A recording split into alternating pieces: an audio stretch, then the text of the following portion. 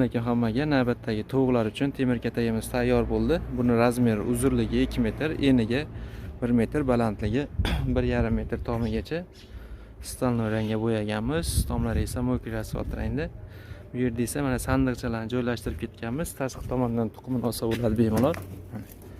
Eshiklari 2 ga ajratib qo'yganmiz o'rtasidan. Sitkalari ham zanglamaydigan sitkadan foydalanganmiz. Bu yerda esa eshiklari odam bemalol sig'adi. Taglari berk holatda bo'ldi, polli bo'ldi. Bu yerda esa qo'noqlari. Tomlarning tagida mana issiq suv o'tkazmaydigan folga qog'ozlarni qo'yib yuborganmiz.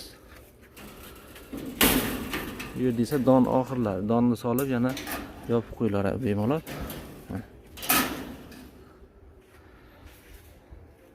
Kimga shunaqa xizmatlarimiz kerak bo'lsa, ekrandagi nomerlarga aloqaga chiqaverasizlar. Mehnatimiz yoqqan bo'lsa, bittadan like bosib qo'llab-quvvatlab qo'yasizlar degan umid qilamiz. Sog' bo'linglar.